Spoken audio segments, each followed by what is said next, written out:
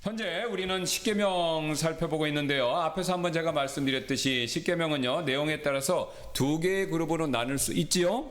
We're currently studying the Ten Commandments, and they can be broadly divided into two groups. 예, 가장 먼저 첫 번째 그룹은 첫째 계명부터 해서 넷째 계명까지, 즉 출애굽기 20장 3절부터 23절부터 11절에 해당하는 내용이 되죠. The first group consists of the first through the fourth commandments. 예, 왜냐면요, 왜 이렇게 첫 번째 그룹을 이렇게 첫 번째부터 네 번째 계명으로 나눌 수 있냐면, 이 네 가지 계명들은요, 주로 하나님과 우리의 관계, 그리고 우리가 그분께 해야 할 의무, 이거 여기에 초점을 맞추고 있기 때문에 그렇습니다. And that's because the first four commandments focus on our relationship with God and our duties for Him. 예, 반면에 이제 다섯 번째 계명부터 마지막 열 번째 계명까지 이게 6개가 되죠. 자, 이 6개의 계명들은 우리가 다른 사람들과의 관계에 있어서 해야 할 것과 하지 말아야 할 것, 이것에 초점을 맞추고 있기 때문에 그렇죠. And the fifth until the 10th commandments focus on our relationship with other people. 예, 특히 우리가 살아가는데 가장 필요한 중요한 삶의 기초들, 또 이 기초들을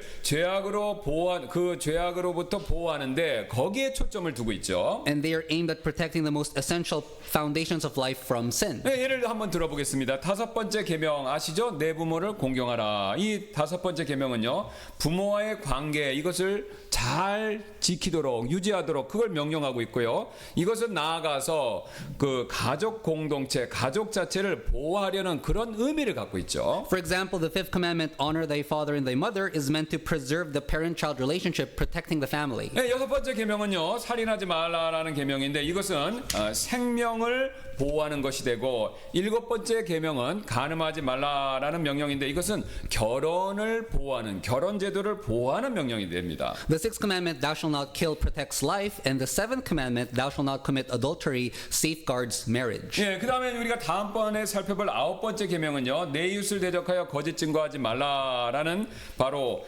우리의 삶에 있어서 진실 또는 진리를 보호하고 지키기 위한 계명이 되죠. And the ninth commandment, thou shalt not bear false witness against thy neighbor, is a commandment that protects the truth. 네, 그럼 여기서 제가 질문 한번 드리겠습니다. 지금 우리가 오늘 살펴보고 있는 여덟 번째 계명, 이것은 어떤 가치를 지키고자 하나님께서 주시는 명령일까요? Then what is the eighth commandment trying to protect? 이게 바로 개인의 재산, 또 개인의 소유물, 이것을 보호하기 위한 계명이 됩니다. It is the commandment designed to protect personal property and possessions. 여기서 우리는요, 한 가지 중요한 사실을 배우게 되는데요. We recognize an important truth. 예, 바로 하나님께서는요, 재산의 개인 소유, 이것을 인정하시고요, 또 인정하신 개인 재산의 소유를, 개인의 소유를, 재산의 개인 소유를 보호하기를 원하신다라는 사실을 가르쳐 주시죠.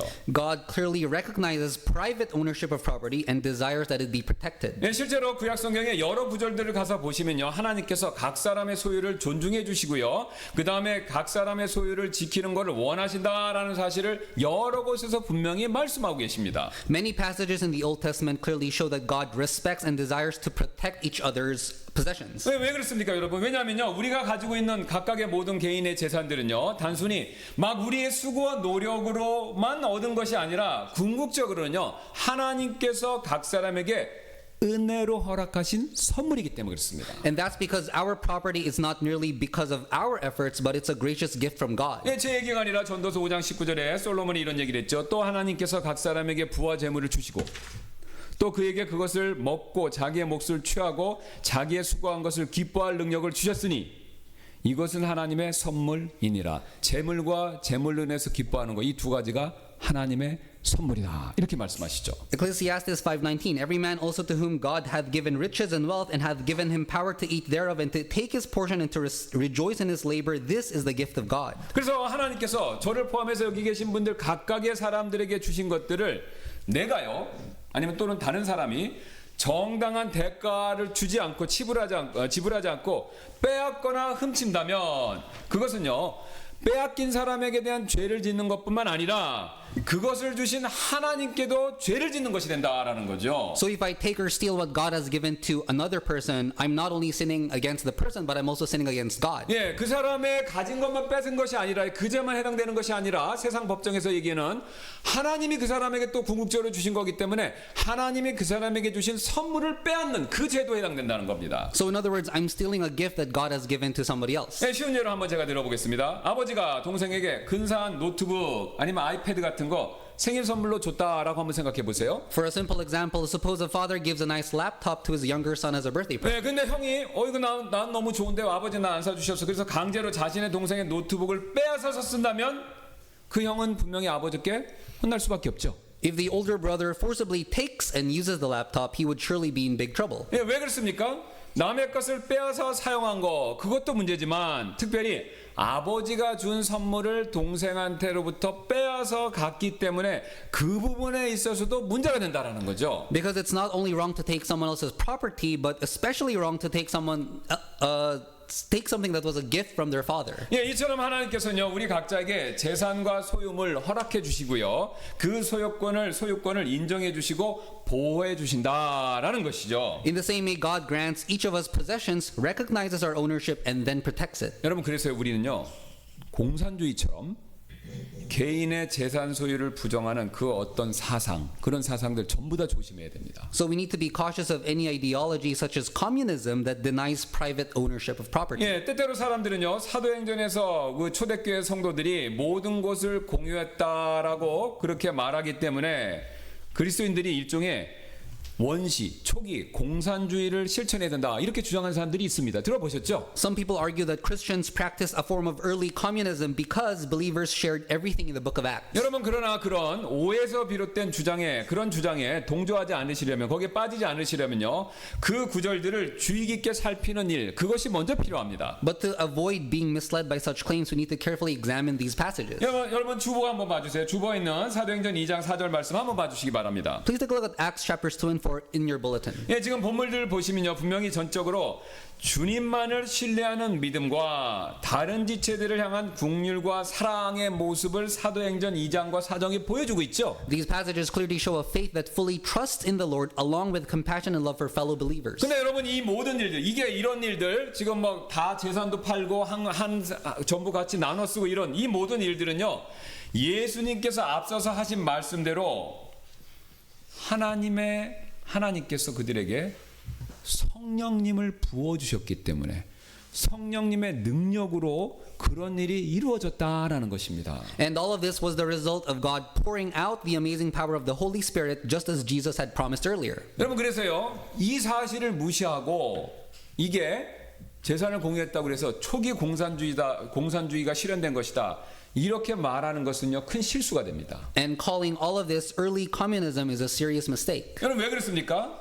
지금 이때 일어난 이 기부 나눠주고 구제하는 일은요 자발적인 행동이지 공산주의에서 말하는 것처럼 정부에 의한 강제로 억지로 이루어진 일이 아니기 때문에 그렇죠. Because the giving that took place was entirely voluntary, not forced by a governing authority. 예, 또한 이 사람들은요 계속해서 일부 사람들은 팔았지만 대부분의 사람들은요 자기 자신들의 집에서 모였기 때문에 여전히 개인 소유물을 가지고 있다라는 것을 성경이 지속적으로 보여주고 있습니다. And the believers continue to meet in their own homes, which shows they still possess private property. 여러분 지금 그렇게 서로 공동생활하는 가운데서도 사도행전 2장 46절 보세요. 거기 보면 이렇게 말씀이 나오죠. 또 그들이 항상 날마다 한 마음이 되어 성전에 거하고 집에서 집으로 돌아가면서 빵을 떼고 단일한 마음으로 즐겁게 자기들의 음식을 먹으며 집에서 집으로 다녔다라는 말씀이 있죠. Acts 2:46, and they continuing daily with one accord in the temple and breaking bread from house to house did eat their meat with gladness and singleness of heart. 여러분 그거 외에도 사도행전은요 그 뒤에서 계속해서 여러 성경 구절에서 성도들이 여전히 자신들의 집을 소유하고 있었고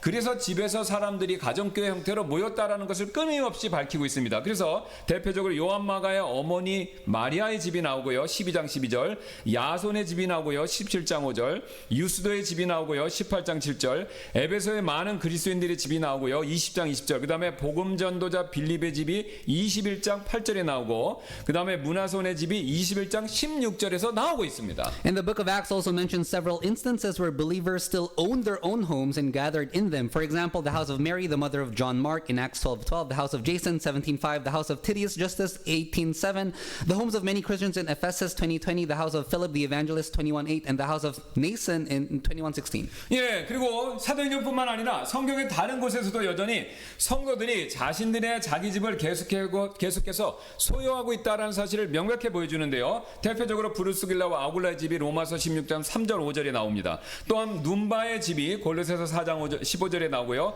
빌레몬의 집이 빌레몬서 1장 2절에 나오고 있습니다. Other parts of the New Testament also show that believers continue to own their own homes. For example, the house of Priscilla and Aquila in Romans 16:3-5 and 1 Corinthians 16:19, the house of Nympha, Colossians 4:15, and the house of Philemon in Philemon 1:2. 예, 또한 요한에서 1장 10절 가서 보시면요. 요한이 편지를 보낸 다른 일반적인 그런 그리스도인들의 집이 요한일서 1장 10절에 언급이 되고 있습니다. And there's also mention of ordinary Christian households to whom John addressed his letters in 2 John 1:10. 예, 이처럼 성경은요 절대로 공산주의를 지지하지 않습니다. So clearly the Bible doesn't support communism. 오히려 반대로 개인의 소유를 존중하죠. It affirms and respects private ownership. 예, 그 대신 다른 사람들에게 필요한 것들을 은혜로 기부하라고 엄청나게 강조하고 있죠. But it also encourages gracious giving to those in need. 그런데 그 기부가요 정부에 의한 강제력이 아니라 성령의 감동하심을 통해서 그렇게 한다라는 사실을 연거푸 말씀하고 있습니다. And this is done not by the government forcing but through the prompting of the Holy Spirit. 여러분 그러나 공산주의는요 이런 성령의 감동의 기부 이런 것들을 믿지 않기 때문에 이런 것을 무시하고 무조건 사유재산을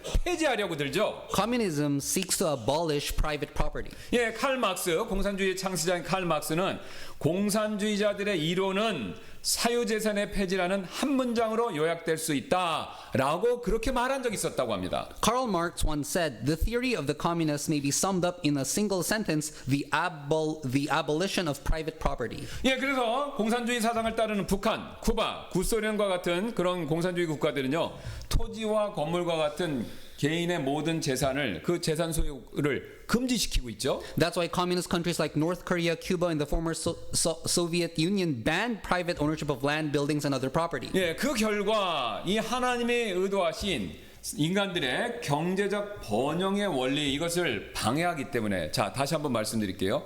하나님이 사람들을 번영시키는 방법 뭐냐면요. 첫 번째 개인 소유 인정입니다. 그걸 통해서 자유롭게 경제생활을 하는 거예요. 그러면 자유롭게 경제생활하면 하나님이 자신의 원리를 따랐기 때문에 복을 주시는 거예요. 그 결과 사회와 국가가 발전하는 겁니다. 이건 하나님이 정하신 원리예요. 그래서 이 원리를 무시하고 첫 번째 제일 중요한 원리인 개인의 소유를 부정하면요. 그 뒤로는요. 하나님의 축복이 따를 수 없는 겁니다. 그래서 개인 소유를 부정하는 국가체제, 정치체제는요. 항상 빈곤으로 떨어질 수밖에 없습니다. 왜냐면요. 하나님의 원리에 반하기 때문에 그렇습니다. As a result, these countries inevitably fell into poverty because they hindered the economic principles God designed for human flourishing. 여러분 멀리 가서 볼 필요 없죠. 북한하고 우리 생각해 보세요. 똑같은 언어, 똑같은 민족, 똑같은 땅에 같이 살고 있는데 70년 동안 살았죠. 결과는 천차만별입니다. 한 국가는 개인의 소유를 법적으로 충분히 보장하고 한 국가는 개인의 소유를 부정하니 70년이 지났을 때 무려 GDP가 56배의 차이가 나는 그런 굉장히 서로 다른 결과를 보여주고 있는 것이죠. And this is clearly seen in the 56-fold difference in GDP between South and North Korea, regardless of their shared language. 그래서 구약과 신약 모두에서 발견되는 개인 그 재산의 개인 소유 제도 이것을 무효화하는 거, 그거를 반대하거나 없애거나 축소하려는 것은요. 사람들의 삶에 복이 되는 것이 아니라 번성을 이루는 것이 아니라 오히려 해를 끼칠 뿐이다라는 것이죠. So basically, removing biblical principle of private ownership only brings deep harm to people's lives. 예, 그러면 가난한 사람들 어떡하냐? 그 가난한 사람들은요 오히려 사유재산을 인정해줘서 경제적 번영을 이렇게 이끌어낸 다음에 그것을 골고루 나눠주는 것이 현명한 방법이지 처음부터 사유재산을 부정하고 나눠 갖는다? 이거 현실성 없는 겁니다. A wiser approach is to recognize private ownership, allow it to lead to economic prosperity, and then work toward fairer distribution. 예, 그래서 우리 그리스도인들은요 이처럼 허구인 공산주의 사상에 현혹되지 말고요 오히려 복음을 전해서 더 많은 사람들이 구원을 받게 하고 그들이 빛과 소금의 역할을 더 많이 하게 해서 더 더 많이 구제하게 하는 것이 하나님이 원하시는 방법입니다. So as Christians, we shouldn't be deceived by communist ideology, but instead preach the gospel so that more people are saved and become the salt and light in the world. 예, 그래야 우리 오늘 사도행전에서 일어났던 일들이 우리에게서도 보세요. 성령 충만하니까 구제하죠. 여러분 성령 충만하면요. 육신 충만하면 내 거 챙깁니다. 성령 충만하면 남 나눠주게 돼 있어요. 그러니까 성령 충만해서 남을 나눠주니까 여러분 주변에 있는 자기 주변에 있는 어려운 사람들의 문제가 해결됐듯이 우리도 똑같습니다. 우리도 성령 충만하면요 나눠주게 돼 있고 그렇게 되면요 우리 주변에 있는 어려운 사람들 그리스도인들뿐만 아니라 밖에 있는 사람까지도 도울 수 있게 된다라는 거죠. Then what we see in Acts can also happen to us, enabling us to help the needy around us even more. 물론 우리가 그렇게 행한다고 해서 예수님께서 이 세상에 다시 오시기 전까지 이 세상이 완전히 바뀌는 것 그런 일은 일어나지 않을 것입니다. 그러나 최소한 우리 주변에서 우리의 도움을 필요로 하는 사람들 그 사람들을 최소한 우리가 외면하지는 않을 수 있게 된다는 것이죠. Our actions may not completely change the world, but at the very least we won't ignore those around us who need us. 여러분 그래서 우리는 착각하시면 안 됩니다. 사상에 취하시지 말고요. 성령님께 취해야 돼요.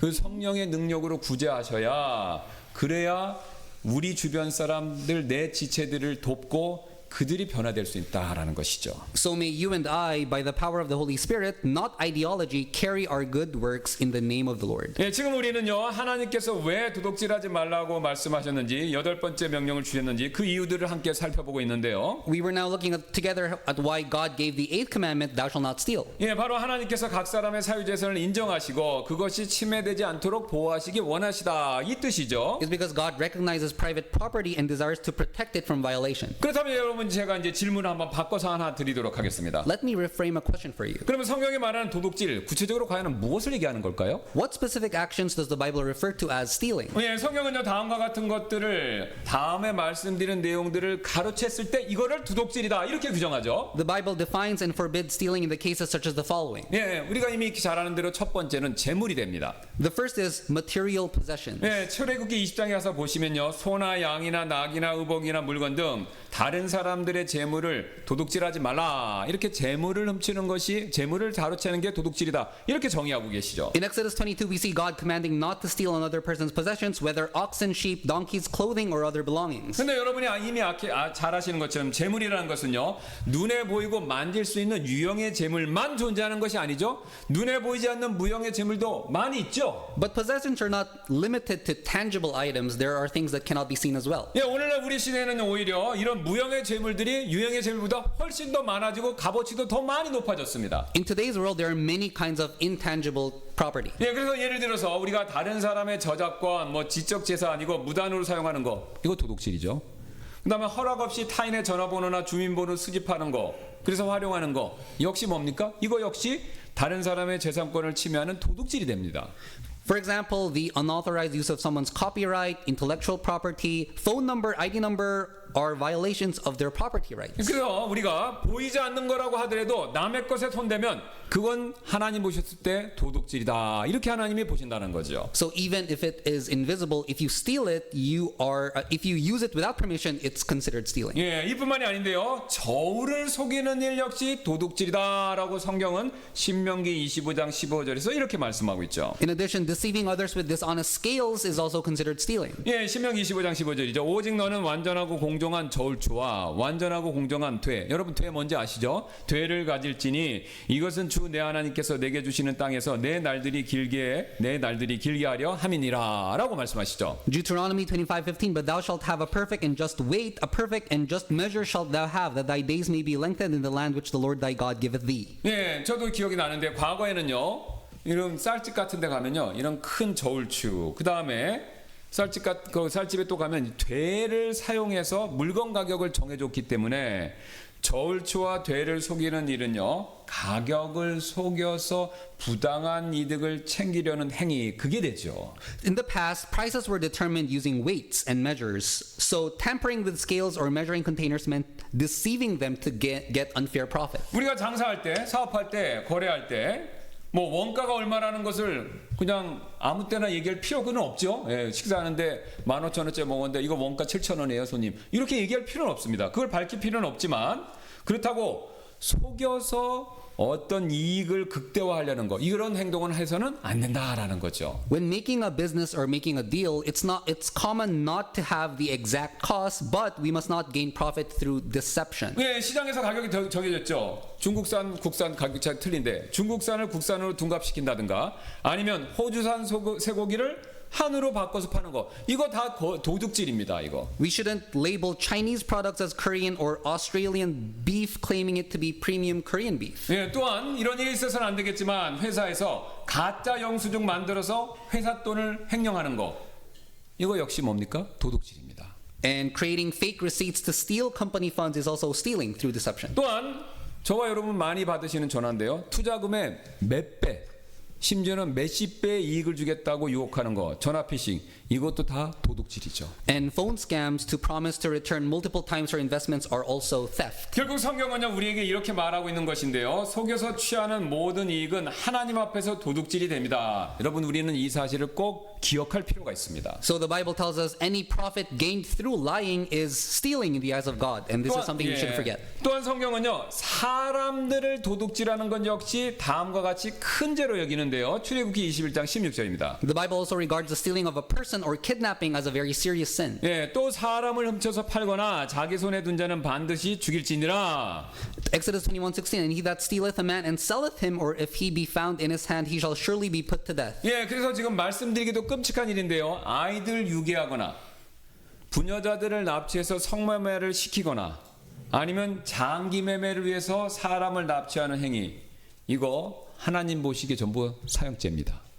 Therefore, kidnapping a child, abducting a woman for prostitution, or taking someone to harvest their organs are all considered acts of stealing, deserving death penalties in the eyes of God. 여러분 성경은 여기서 멈추지 않고요. 도둑질의 범위를 더 깊은 차원까지 확장해서 얘기하고 있는데요. And it doesn't stop there. The Bible expands the meaning of stealing to a deeper level. 예, 심지어는요. 단순한 물건이나 재산만이 아니라 사람의 마음까지도 도둑질의 대상이 될 수 있다라는 사실까지 얘기합니다. It teaches that stealing can involve not only possessions and property, but also stealing of a person's heart. 네, 사무엘기상 15장 6절에 이런 말씀이 있죠. 왕에게 재산을 청하러 오는 온 이스라엘에게 압살롬이 이런 식으로 행하였고 그렇게 압살롬이 이스라엘 사람들의 마음을 도둑질하였더라. 2 Samuel 15:6, and on this manner did Absalom to all Israel that came to the king for judgment. So Absalom stole the hearts of the men of Israel. 여러분 지금 이 말씀 보니까 흥미롭죠. 압살롬이 이스라엘 백성들의 마음을 훔쳤다.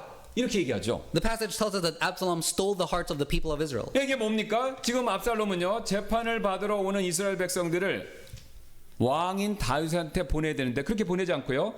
자신이 나서서 우리 아버지 왕이니까 내가 왕자니까 자신이 나서서 해결해 주겠다라고 말하면서 그들의 마음을 자기에게 지금 끌어오고 있다라는 것이죠. Instead of sending those seeking justice to King David, he approached them himself, promising to resolve their issues and drawing their loyalty to him. 여러분 흥미롭죠? 왕에게 가야 될 백성들의 마음을 압살롬이 자기에게 끌고 올 때 이걸 뭐라고 부릅니까? 도둑질이라고 얘기하고 있습니다. They were supposed to go to the king, but he pulled him towards himself, and that's considered theft. 여러분 우리가 이 장면을 봤을 때 이거 정치적인 행동이다 이렇게 볼 수 있겠지만요. 우리 사람의 눈에 봤을 때 하나님께서는요 달리 보신다는 것이죠. 마땅히 다윗 왕에게 돌아가야 할 충성과 존경심, 백성들이 보여줘야 될 충성과 존경심을요 압살롬이 중간에서 가로챘기 때문에 이게 도둑질에 해당하는 죄다 이렇게 얘기하고 있습니다. And in God's eyes, it was a sin of stealing the loyalty and respect that rightfully belonged to King David. 더 쉽게 말씀드린다면요. 하나님께서는요. 리더에게 향해야 할 사람들의 마음과 시선을요. 다른 방향으로 돌리는 행위 그건 역시요. 도둑질로 여기신다라는 그 뜻입니다. In other words, God considers it stealing when someone diverts the hearts and attention that should be directed toward a rightful leader. 그리고 이런 마음의 도둑질은요. 보통 되게 굉장히 교묘하게 이루어지죠. And this kind of heart stealing usually happens in very subtle ways. 예, 우리가 이미 잘 아는 것처럼 어떤 식으로 진행되냐면요. 윗사람에 대한 부정적인 말이나 뒷이야기를 퍼뜨리는 방식으로 사람들의 신뢰를 조금씩 무너뜨리는 그런 방법을 통해서 마음을 훔치죠. It often begins by spreading negative comments or gossip about those in power. 그래서 여러분 우리는요. 여러분이 직장에 있든 또 밖에서 사회생활 하든 아니면 또 교회에 계시든 윗사람에 대한 험담 이것을 굉장히 조심하셔야 합니다. So whether at work or in the church, we need to avoid speaking poorly about those in leadership. 뭐 우리 보기에는 그냥 뭐 험담할 수 있지 이렇게 생각하실 수 있지만요. 하나님은 그런 행동을 사람들의 마음을 훔치는 죄다. 도둑질이다라고 보시고 있다라는 거죠. Because God sees such actions as the sin of stealing other people's hearts. 사실 우리는요. 다른 사람들의 마음을 훔치는 일을 하지 말고 윗사람들 그 윗사람들을 위해서 기도하는 사람이 되어야 합니다. And instead, we should become people who pray for our leaders. 그래서 우리가 예를 들어 직장에서 사장이나 상사에 대한 나쁜 얘기를 누군가 반복해서 듣다 보면요. 그 얘기를 계속해서 듣는 사람들은 그 회사를 떠날 가능성이 매우 높아지죠. For example, if somebody repeatedly hears negative talk about a boss at work, they're likely to eventually leave the company. 여러분 교회도 마찬가지입니다. 교회에서 목회자나 리더들에 대한 부정적인 말이 누군가 계속해서 반복적으로 누군가 듣게 되면요. 결국 그분은요. 교회를 궁극적으로는 떠나기가 매우 쉬워집니다. And the same is true in the church. If somebody constantly hears negative comments about pastors or the leaders, somebody will eventually leave. 여러분 이거 아까 사무엘기하 나중에 와서 보시면요. 압살롬이 처음에 사람의 마음을 훔친 다음에 그 다음에 반란을 일으켰습니다. 즉 사람의 마음을 훔치면요. 사람 자체를 잃어버리는 것은요. 시간 문제일 뿐이다라는 겁니다. In the end, if you steal a person's heart, it's only a matter of time before you lose the person altogether. 그리고 우리가 그런 식으로 누군가를 잃게 되면요. 우리는 더 이상 8번째 계명인 도둑질하지 말라라는 이 명령으로부터 나는 죄가 없다 말할 수 없습니다. And if that happens, we are no longer innocent with regard to the 8th commandment, thou shalt not steal. 하나님께서는요. 우리 사람의 죄된 본성을 자극하고 불신과 분열을 부추기는 어떤 우리의 말이나 행동도 결코 기쁘게 여기시지 않는다라는 사실을 우리는 명심해야 합니다. God is never pleased with words or actions that stir up sinful nature, distrust, or division. 여러분 성경 보세요. 성경은 그 어디를 봐도 사람을 끌어내리는 말을 하라고 하는 구절은 한 군데도 없죠. 오히려 부족해도 세워주고 중보하고 기도하라. 그렇게 말하고 있죠. What we must do is not speak words that tear people down, but words that build them up and support them. 여러분 그렇게 하는 것이 바로 참된 하나님의 백성이 걸어가야 할 길이 된다라는 거죠. That's the path that true people of God are called to walk. 그런데 도둑질에 대한 성경의 경고 이것은 여기서만 하면 끝나는 것이 아닌데요. The Bible's warning about stealing doesn't end here. 예, 성경은요 성전 안에서 벌어지는 도둑질에 대해서도 매우 단호하게 다음과 같이 말씀하고 있는데요. The Bible speaks firmly about stealing that takes place within the temple itself. 예, 마태복음 21장 12, 13절이죠. 예수님께서 이렇게 말씀하셨죠. 또 예수님께서 하나님의 성전에 들어가셔서 성전 안에서 사고 팔던 모든 자를 내쫓으시고 환전상들의 상들과 비둘기 파는 자들의 의자를 뒤엎으시며 그들에게 이르시되 이는 기록된 바 내 집은 기도하는 집이라 불리리라 하였는데 너희가 그것을 강도들의 소굴로 만들었도다 하시더라. Matthew 21:12-13, and Jesus went into the temple of God and cast out all them that sold and bought in the temple and overthrew the tables of the money changers and the seats of them that sold doves.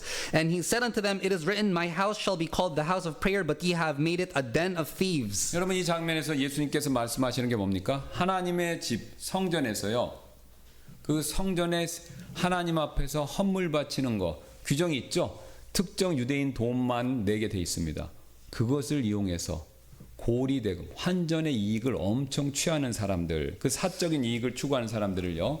그냥 도둑도 아니라 강도들이다 이렇게 꾸짖고 계십니다. In this scene, Jesus sharply rebukes those who use God's house to pursue personal gain, calling it robbery. 예, 다시 말해서 신앙을 가정해서요. 신앙을 이용해서 자신의 사적 유익을 취하는 행동은요.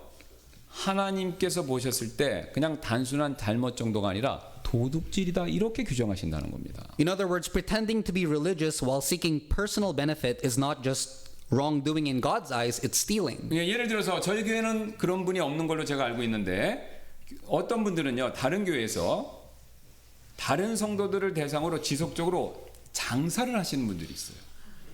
그죠? 예, 물건을 팔거나 뭘 해서 지속적으로 그걸 장사를 해요.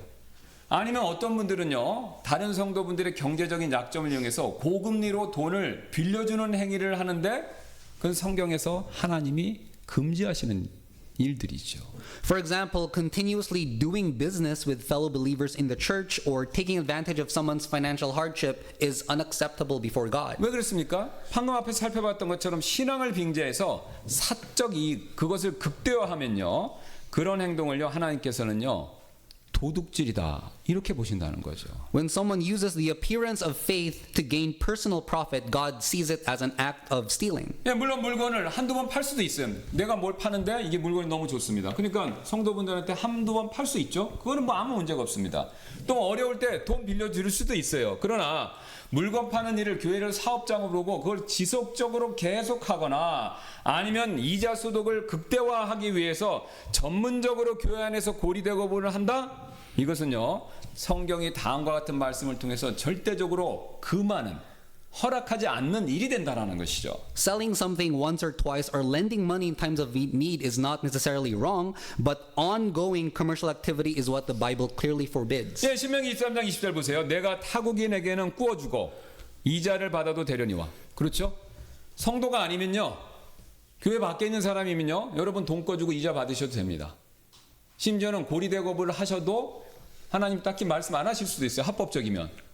자, 그러나 타인에게는 꾸어주고 이자를 받아도 되려니와 내 형제에게는 최소한 이스라엘 같은 백성, 그 커뮤니티 안에 있거나 지금으로 치면 교회 형제에게는 꾸어주고 이자를 받지 말라. 그럼 이자 안 보면 손해보잖아요. 그러면 그리하면 주 내 하나님께서 내가 가서 소유하는 땅에서 내가 손을 대는 모든 일에서 내게 복을 주시리라. 이자는 누가 주신다는 거예요? 하나님이 주신다는 겁니다. 이자는 그 사람이 주는 게 아니라 하나님이 대갚아 주신다라고 약속하고 있죠. Deuteronomy 23:20 Unto a stranger thou mayest lend upon usury, but unto thy brother thou shalt not lend upon usury, that the Lord thy God may bless thee in all that thou settest thine hand to in the land whither thou goest to possess it. 여러분 이 지금 오늘 이 도둑질하지 하지 말라는 명령은요. 목회자인 저에게도 그대로 해당이 됩니다. 그래서 목회자가요. 교회에서 10,000원도 아니고요. 10원 한 장이라도 사적 이익을 취한다. 이거 도둑질입니다. So even if a pastor takes even the smallest amount, a coin for personal gain from the church, that is considered stealing. 왜냐면요. 그런 목회자를 예수님께서 이미 사꾼이다라고 그렇게 정죄하셨기 때문이죠. Jesus has already condemned such pastors by calling them hired hands. 예, 요한복음 10장 1절에 이렇게 얘기하죠. 진실로 진실로 내가 너에게 이르노니 문을 통해 양 우리에 들어가지 아니하고 어떤 다른 길로 넘어가는 자 바로 그 자는 도둑이며 강도니라. John 10:1 Verily, verily I say unto you, he that entereth not by the door into the sheepfold, but climbeth up some other way, the same is a thief and a robber. 여러분 이미 익히 잘 알고 계시죠. 어떤 목회자든지 어떤 사역자든 간에 돈을 목적으로 사역을 하게 되면요. 예수님 말씀처럼 예외 없이 사꾼이 되는 겁니다. Any pastor who serves with money as their goal becomes nothing more than a hired hand. 그래서 목회자는요.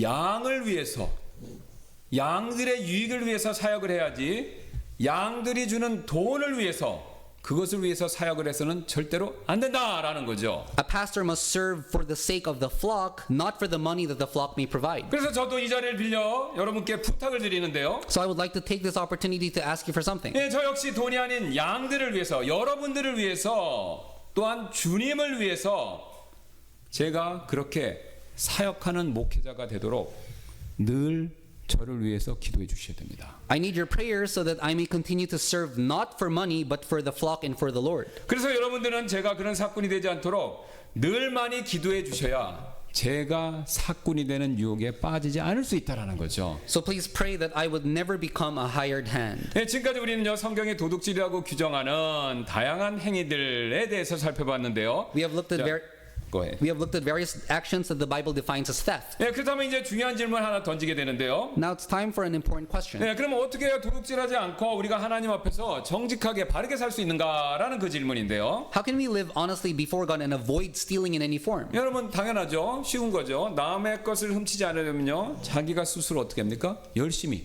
근면 성실하게 일해야 되는 거죠. In order not to steal from others, one must work diligently for oneself. 예, 성경은요 사람이 일을 하는 것이 단순한 생계 유지의 수단 내에서 멈추는 것이 아니라 하나님께서 직접 주신 창조 명령이다라는 것을 여러 곳에서 말씀하고 있죠. The Bible shows that work is not merely a means of survival, but a creation command given from God. 예, 물론 아담의 범죄 이후에 이 땅은 죄에 따른 저주를 받아서 일하는 거 이거 쉽지 않습니다. 일을 하면 고통이 따르게 돼 있어요. 이건 일 자체가 나쁜 게 아니라 뭡니까?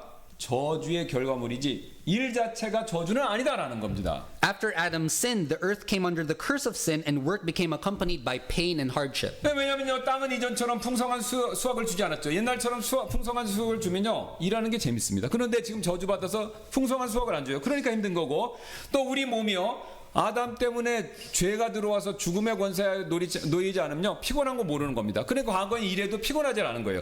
그러나 지금 우리의 몸은 쉽게 지치고 병들고요, 또 우리 마음도 영향을 받았죠. 예, 우리가 좋아하는 일을 하면 마음이 기쁜데 죄의 영향으로 우리 마음 안에 게으름이 생긴 겁니다. 그래서 우리가 일하는 것이 힘들다라고 느껴지는 것이죠. The land no longer yields abundant harvest as it once did. Our bodies grow weary and ill. Our hearts are easily overwhelmed by laziness and under the influence of sin. 예, 이런 어려움이 있다고 해서 성경은 절대로 일 자체가 저주나 악이거나 나쁜 것이다라고 말하지 않는다는 것이죠. But that doesn't mean work itself is bad. 오히려 어떤 사람들의 말처럼 노동은 신성한 것이다라는 표현이 사실 훨씬 더 성경적인 것입니다. The phrase some people use, work is sacred, aligns more with biblical views. 예, 왜 그렇습니까? 하나님께서는요, 창조 사역을 통해서 그분도 일하셨고요. 그리고 지금도 섭리 가운데서 자신의 일을 행하고 계시죠. Because God himself worked in the act of creation and still works today through his providence over the world. 게다가 우리는요, 그처럼 이미 일하셨고 지금도 일하시는 그 하나님의 형상대로 지음받은 존재들이다라는 거죠. And we are beings created in the image of that working God. 따라서 우리가요, 일한다라는 것은요, 단순한 생계 유지 여기서 그치는 것이 아니라 하나님을 닮은 존재로서 일하면서 살아가는 것이 너무나도 자연스러운 우리의 모습이기 때문에 그렇다라는 것입니다. So working is not just about making a living and making money, but it's a natural expression of living as being made in the likeness of God. 여러분, 다른 예 필요 없고요. 예수님 보세요. 예수님 공생하시기 전까지 몫으로서 일하셨죠? 사도들도 어떻게 했습니까? 일했죠? 예, 그래서 그들이 복음을 전하는 틈틈이 직접 일하면서 자급자족하는 그런 삶을 쭉 우리에게 보여주었습니다. Even Jesus worked faithfully as a carpenter before his beginning his public ministry, and the apostles also supported themselves by working while spreading the gospel. 예, 그래서 일하는 것이 나쁜 게 아니고 필요한 일이기 때문에 사도 바울은 데살로니가후서 3장 10절에서 이렇게까지 말한 적이 있죠. The apostle Paul said this in 2 Thessalonians 3:10. 이는 우리가 너희와 함께 있었을 때에도 이것을 우리가 너희에게 명령하여 만일 누구든지 일하지 아니하거든 그는 먹지도 말라고 하였기 때문이라라고 말씀하고 있습니다. For even when we were with you, this we commanded you, that if any would not work, neither should he eat. 예, 우리는 앞서서 도둑질하지 않기 위해서는 우리가 자신과 가족의 생계를 책임지며 성실하게 일하는 것이 중요하다라는 사실, 이것을 살펴보았는데요. We learned that in order not to steal, it is important to take responsibility for providing for oneself. 근데 성경은요, 흥미롭게도 우리가 일해야 되는 또 다른 중요한 이유를 하나 더 가르쳐 주는데 에베소서 4장 28절에 그 내용이 나옵니다. But the Bible reveals another important reason why we should work in Ephesians 4:28. 예, 에베소서 4장 28절 가서 보시기 바랍니다. 도둑질하는 자는 더 이상 도둑질하지 말게 하고 오히려 그는 노동을 하여 자기가 자기 가족을 책임지게 하라는 말이 나와야 되는데 그 말이 없습니다. 오히려 노동을 하여 궁핍한 자에게 줄 것이 있도록 자기의 손으로 선한 일을 하게 하라. Let him that stole steal no more, but rather let him labor, working with his hands the thing which is good, that he may have to give to him that needeth. 여러분, 굉장히 흥미로운 사실이죠. 우리가 일해야 되는 것은요, 가정을 돌보는데, 가정의 생계를 책임지는데 거기서 그치는 게 아니라요. 지금 에베소서 4장 28절은요, 가난한 이웃을 돕기 위해서도 우리가 일해야 된다라는 두 번째 노동의 이유에 대해서 말씀해주고 있다는 것이죠. The verse teaches us that we should work not only to provide for our families, but also to help our neighbors in need. 예, 즉 노동이라는 것은요, 단순한 우리 생계수단, 나를 위한 생계수단에서 그치는 것이 아니라 사랑과 나눔을 실천하기 위한 도구이기도 하다라는 사실을 얘기하고 있죠. In other words, labor is not merely a means of survival, but a tool for practicing loving and sharing. 그래서 지금 도둑질하지 말라라는 이 8번째 계명은요, 일을 통한, 노동을 통한 정당한 소득과 그 소득을 이웃과 나누는 삶까지 요구하는 그런 개념이 된다라는 것이죠. 명령이 된다라는 것이죠. So the eighth commandment calls us not to earn our income honestly through work, but also to live a life that shares that income with others. 그리고 우리가 이런 구제와 나눔을 실천하려면요, 우리는요 무엇보다도 이 청지기 의식, 이 의식을 분명히 가져야 합니다. And to practice this kind of generosity and sharing, we need to have a steward's mindset. 즉 나는 하나님께서 나에게 주신 재산, 아까 말씀하시지 않았습니까? 하나님이 각각에게 재산을 주셨는데 이걸 받았으니까 이건 내 거다, 이건 내 마음대로 쓴다, 거기서 멈추는 게 아니라요, 주신 재산을 나는 관리하는 청지기다라는 생각으로 내 재산을 사용해야 된다, 이것이죠. We must use our possessions with the mindset that says, I am a steward managing the resources God has given to me. 왜 그렇습니까? 궁극적으로 내가 현재 가진 모든 것들은요, 누구에게 속한 것입니까? 하나님께 속한 것들이기 때문에 그렇죠. Because ultimately, everything I have belongs to God. 예, 그 사실을 시편 50편 학계 2장이 이렇게 밝히고 있는데요. Psalm 50 and Haggai 2 declare this truth. 이는 숲의 모든 짐승과 천개의 언덕 위의 가축이 다 내 것이기 때문이라. 11절. 나는 산의 모든 날짐승들을 알고 또 들의 들짐승들은 내 것이니라. 12절. 만일 내가 줄인다 할지라도 나는 내게 말하지 아니하리니 이는 세상이 내 것이고 거기에 충만한 것이 내 것이기 때문이라. 학계 2장 8절. 은도 내 것이요 금도 내 것이라 만군의 주가 말하노라. Psalms 50:10 For every beast of the forest is mine and the cattle upon 1,000 hills. I know all the fowls of the mountains and the wild beasts of the field are mine. If I were hungry I would not tell thee, for the world is mine and the fullness thereof. Haggai 2:8 The silver is mine and the gold is mine, saith the Lord of hosts. 여러분 믿으시죠? 하나님께서 이 세상 모든 곳의 주인이시다라는 사실 믿으시죠? God is the owner of everything in this world. 예. 그래서요, 하나님께서는요, 자신의 것을 우리가 이 땅에서 사는 그 기간만큼만 맡기신 겁니다. And he has entrusted what is his to each of us only for the duration of our lives. 그래서요, 우리 가운데요, 그 누구도요, 죽음 이후에 어떤 것도 가져갈 수 있는 사람이 아무도 없습니다. That's why none of us can take anything with us when we die. 그래서 우리는요, 지금 내가 가진 것들 이거 내가 영원히 내 것이다. 여러분 이거는 비성경적인 생각입니다. 이 생각을 버리고요, 오히려 청지기 신분으로서 내가 가진 것들을 하나님의 뜻대로 잘 관리하셔야 합니다. So we need to let go of the idea that what we have is ours forever and instead manage our possessions as stewards according to God's will. 그런데 하나님께서는 모든 사람에게 똑같이 동등하게 똑같은 양의 똑같은 질의 청지기 직분을 아무도 틀리지 않게 그렇게 맡기신 건 아니죠. But God hasn't assigned the same level of stewardship to everyone equally. 오히려 성경이 이렇게 말씀하는데요. The Bible says this. 네, 잠언 22장 2절입니다. 부유한 자와 가난한 자가 함께 만나거니와 주는 그들 모두를 만드신 분이시니라. Proverbs 22:2 The rich and poor meet together, the Lord is the maker of them all. 지금 이 말씀을 보면요, 최소한 재물 문제에 있어서 하나님께서는요, 각각의 사람들에게 서로 다른 분량의 재물을 청지기직으로 맡기셨다라는 사실을 분명하게 알려주고 계시죠. The Bible shows that when it comes to wealth, God has entrusted different amounts to different people. 그래서 만약 하나님께서 나에게 다른 사람보다 상대적으로 더 많은 재물을 맡겨주셨다면 하나님께서는요, 그 재물을 가지고 내가 어떻게 잘 사용했는가에 관해서 나에게 더 큰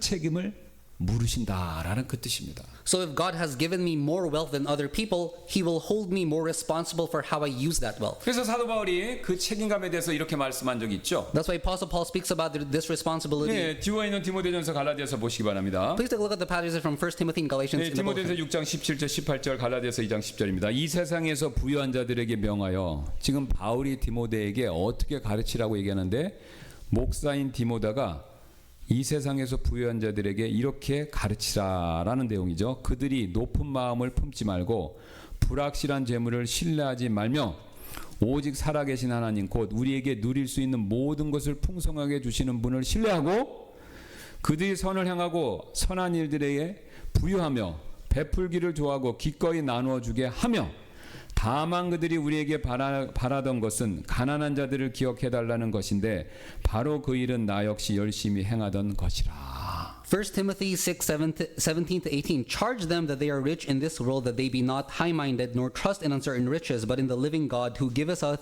richly all things to enjoy. That they do good, that they be rich in good works, ready to distribute, willing to communicate. Galatians 2:10. Only they would that we should remember the poor, the same which I also was forward to do. 사도 요한도 똑같은 사실을 이렇게 말씀했는데요. 요한 1서 3장 17절 18절입니다. The Apostle John also speaks of the same truth in 1 John 3:17. 그러나 누가 이 세상에 좋은 것을 가지고 있으면서 자기 형제의 궁핍함을 보고도 불쌍히 여기는 마음을 닫아 그를 피한다면 어찌 하나님의 사랑이 그의 안에 거하겠느냐. 나의 어린 자녀들아, 우리가 말과 혀로만 사랑하지 말고 오직 행함과 진리 안에서 하자. But whoso hath this world's good and seeth his brother have need and shutteth up his bowels of compassion from him, how dwelleth the love of God in him? My little children, let us not love in word neither in tongue but in deed and in truth. 여러분 그렇다면요. 저와 여러분이 상대적으로 다른 사람보다 더 많은 재물, 물질을 가졌다면요. 즉 하나님께서 그렇게 더 많이 주셨다면요. 여러 가지 이유가 있겠지만 지금까지 살펴봤던 말씀에 따라 보면요. 그중 한 가지 이유가 뭐냐면요.